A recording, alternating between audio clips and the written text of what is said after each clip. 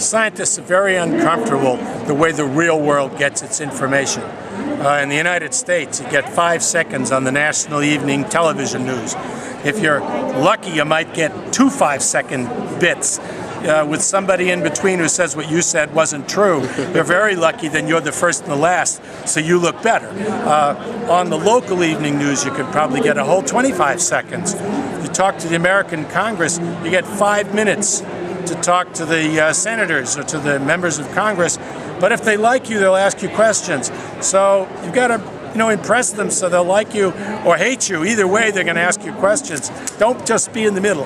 And then you can get more time than that. But these problems, you can take a whole course to just scratch the surface of a problem like climate change that I work on. So you're not going to educate the world in 5-second sound bites or even 50 minutes in front of a parliamentary commission. That just gets it started. That gets newspaper headlines. So we've already been talking for more than a soundbite. So to me, the soundbite on Soundbites is in the 10 or 15 seconds that you're doing it, give a metaphor that is both grabbing and at the same time uncertainty. So you want to convey seriousness and uncertainty. So I use for climate, for example, loading dice. So the natural climate is warm and cold and wet and dry. So we're erasing some of the cool and wet and replacing them with hot and dry. So that means that people will still understand there's going to be cold winters and there's going to be cool and wet, but it's going to happen less often. There's going to be much more extreme heat waves and so forth. So that's one metaphor. Another metaphor is insurance. They tell me, but you scientists aren't sure. I mean, you're not 95% sure, standard probability in a P-score, right, that we're going to have warming above 2 degrees, which is it's kind of a classically defined dangerous level. Okay, you're right. You're probably not 95% sure of that. But if you have to be 95% sure that your house is going to burn down before you buy fire insurance, you're 2% sure. How about health insurance? We buy health insurance. The only thing we're certain of is that we're going to die. We buy life insurance, but we don't expect to do it anytime soon. So you're always using probabilities. Supposing there were a 25% chance of walking across the street and getting hit by a bicycle.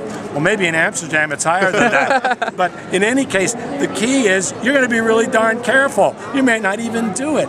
So if you've got 10% chance of catastrophic outcomes like 5 meters of sea level rise from melting Greenland, you're not waiting till you're 95% sure, because by then you've probably crossed the tipping point, after which it's too late. So now how do I do tipping points in a soundbite? Well, I generally like to say this won't work in lowland countries.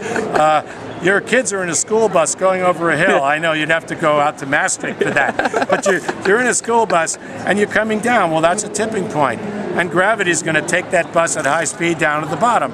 Unless you have a competent driver and you've inspected the car, the bus, and you have good brakes. Fine. But the Earth? A, there's no driver, just a bunch of quarreling teenagers called countries. And B, we have no idea if it has brakes. So when you're talking about risks of 5–10% at catastrophic potential outcomes to the planetary life support system, like keep dumping CO2 in the atmosphere, acidify the oceans, and kill the food chain at the bottom, this is just crazy. And therefore you can use sound bites with these kinds of metaphors. People do not have to be frightened by some statistics. You just tell them what the odds are of the house burning down and getting disease, and they'll say, oh, you're right. And they're not going to take stupid risks. Just have to make sure you use metaphors they can understand that convey both urgency and uncertainty.